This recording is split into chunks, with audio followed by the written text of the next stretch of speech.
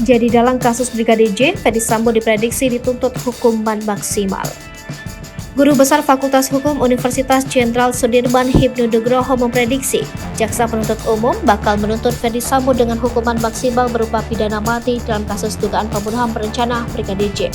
Sebabnya, Sambo merupakan aktor intelektual atau dalang dari kasus ini. Disebut aktor intelektual lantaran Sambo memerintahkan anak buahnya Ricky Rizal dan Richard Eliezer untuk menembak Yosua. Dia juga menciptakan narasi kebohongan untuk menutupi kejahatan. Belum lagi, saat kejadian Sambo masih menjadi bagian dari penegak hukum. Status tersebut diperkirakan bakal memperberat hukuman mantan Kepala Divisi Profesi dan Pengamanan Polri itu. Hibnu menduga tuntutan jaksa terhadap 5 terdakwa kasus dugaan pembunuhan berencana Brigadir J tak akan sama. Tuntutan hukuman Richard Eliezer diprediksi lebih ringan lantaran mantan ajudan Ferdy Sambo itu merupakan justice kolaborator dalam kasus ini. Sebagai JC, Richard dinilai memberikan kontribusi besar dalam mengungkap kasus ini sejak awal hingga kini bergulir di persidangan. Kemudian tuntutan terhadap Ricky Rizal diprediksi lebih tinggi dari Richard karena statusnya yang saat kejadian masih aktif sebagai anggota kepolisian dan Ricky bukanlah JC.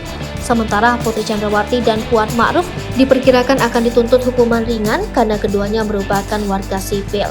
Namun demikian kata Hibnu, jikapun Sambo dituntut hukuman maksimal, keputusan akhir ada di tangan hakim.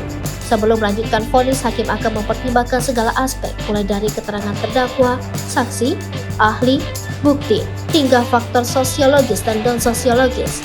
Motif Ferdy Sambo dalam kasus ini juga bakal jadi pertimbangan hakim untuk menjatuhkan hukuman.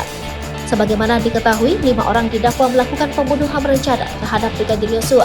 Kelimanya yakni Ferdy Sambo, istri Sambo Putri Chandrawati, ajudan Sambo Richard Eliezer atau Baradae dari Rizal atau Bribka RR, dan asisten rumah tangga Sambo Kuat Ma'ruf.